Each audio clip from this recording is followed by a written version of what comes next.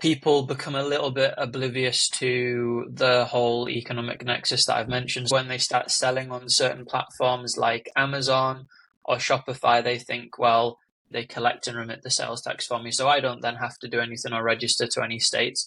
And that isn't the case.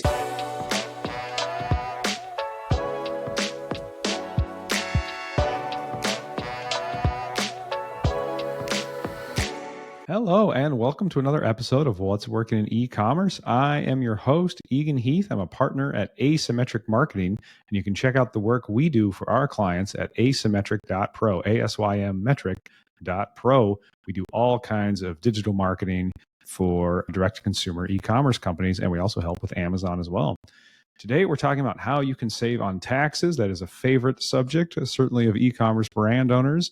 So be sure to check it out. And we have on an expert, Reuben Mattinson from the UK. Reuben, thank you for joining us. Pleasure to be here, Eagan. Right on. Reuben, your firm is called RJM Tax Exemption. Tell us a bit about what you do. So yeah, in simple terms, we help people save on their sales tax. We firstly make sure a business isn't paying sales tax when they shouldn't be if they're reselling products, which is where the whole tax exemption side comes from.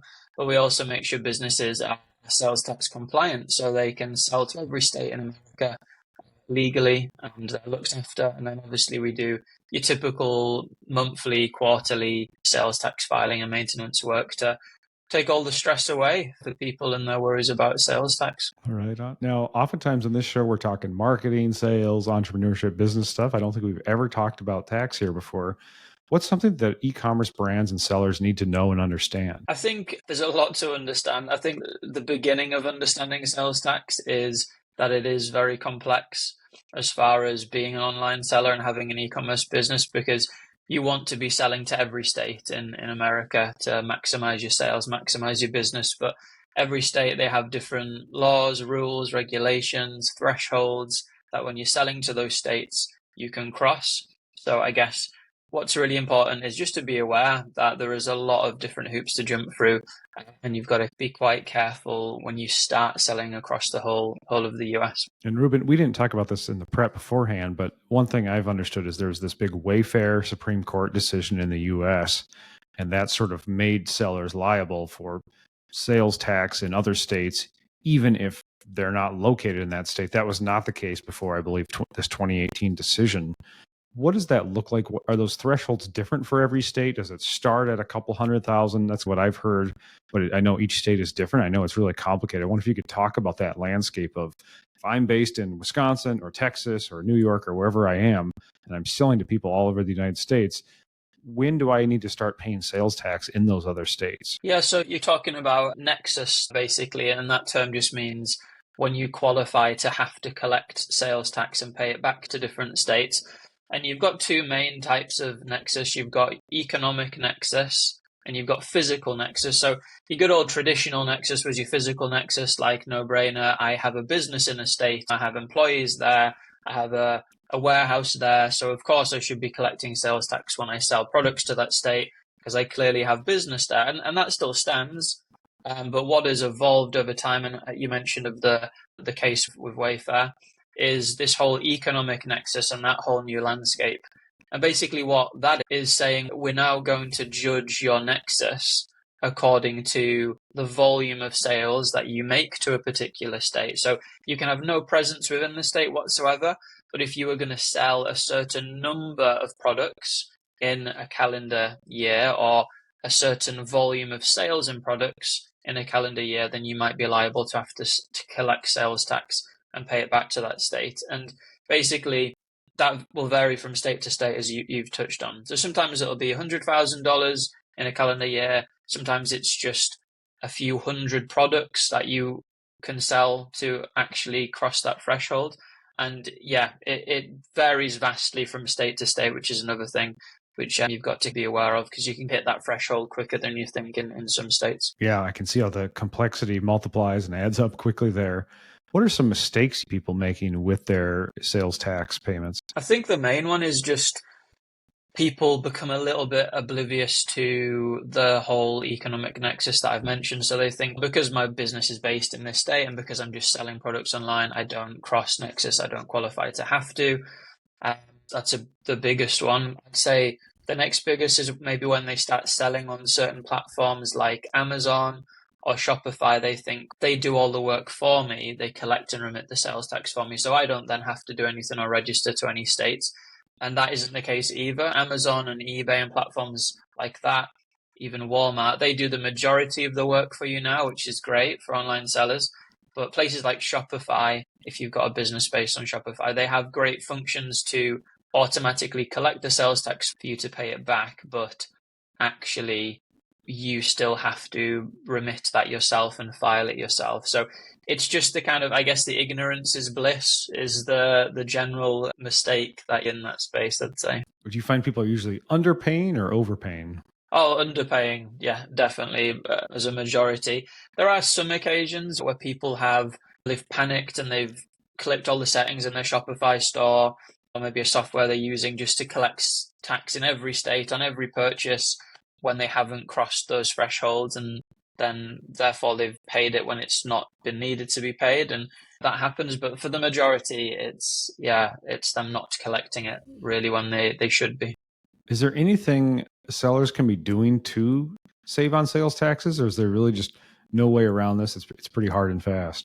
Yeah, so the beauty of being sales tax registered is that, in theory, if you present these sales tax certificates to your wholesaler or to your supplier where you're purchasing the products off to resell them, you don't need to pay sales tax at your point of purchase, so that the double taxation isn't happening. The only time that the sales tax should be collected when needed is at the point of sale when you're selling the product. That's a huge benefit. Average sales tax across every state, you're looking at about 7%. So if you're purchasing even a TV, just let's say to resell it, and it's $100, instead of you paying, say, $107, you pay $100. You save that amount of money, and that's on the gross purchase that you're saving. So that's an even bigger saving on your net and your margin that's left over. So it can make quite a big impact, and it depends on the suppliers. Again, if you drop shipping, it's far more evident and you can save a lot more money. But again, it depends on your business structure. All right. This is not a field I know very well, Reuben. So are there other hot topics or anything else I should ask you about here? Yeah, so I think a really interesting one at the moment is what's becoming really popular with e-commerce businesses are kind of print-on-demand services, where you have this great, tool at your fingertips where, say you've got a brand or a logo or a great design, you can have that, and then you can be advertising, say, a multitude of different products, say a mug, different clothing range, a calendar, notebooks, where your branding, your logo, your design, your ideas can be printed on that item and sent to the client who's purchased it. Now, the beauty of that is the whole drop shipping model, that you're not ever buying any products ahead of time, as we know the beauty of drop shipping. So you're only ever purchasing that product with your design on it once it's already sold. Now, the reason why I bring that up is because these services, say, like Printify is a great one, Gelato is a great one. They give you the function to be fully sales tax exempt. So where most resellers aren't realizing that, and they're paying sales tax according to the state they're shipping to, which can be quite high, over 10%. If you register to that state, maybe you're shipping that product to, then you won't pay that sales tax. So again, if you're going to buy a notepad, a really nice one, and it's supposed to be $20, you could be paying $2 extra on that, when you can save that and then again massively boost your net margins on the products that you're drop shipping. So there's some really good suppliers now that have this built-in sales tax exempt function, which is what we do and work on for our clients. We make that hands-free for them when we do that, but it's an option for people to do it themselves. But again, they need to know which states to register to, how to do that, which forms to fill out, how to upload them, how to get them approved. But it's a really interesting one because it's making people more competitive in the spaces where they're managing to save that money, so they can put out more competitive prices and they can boost their margins that way as well. Very cool. Thank you for sharing that tip.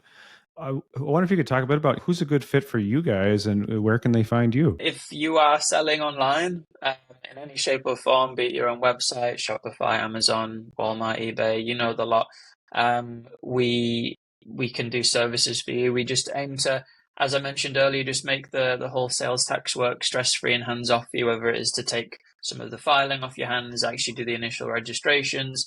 We do a really great service where we generally do a free sales tax compliance assessment for you. So often you'd pay $500+ to get that done. But if you want to come to us and say, hey, look, Reuben, can you just do a free assessment of my business? I'm worried. Am I actually sales tax compliant? Am I registered in the right states? Should I be collecting? Should I not be? We'll do a little assessment for you for free, and we can work out if you then want to use our services or not. You can find us, if you were to search sales tax in Trustpilot, we'll be the first company that comes up at the top with the highest kind of appeared rating. If you do that, we're a very highly rated company on Trustpilot. But you can go to us direct by just going on our website, www.rjmtaxexemption.com. But I'm sure you'll find us out there, and we'll be happy to help if you reach out. All right. Reuben, thanks so much for coming on and sharing what's working in e-commerce tax strategy.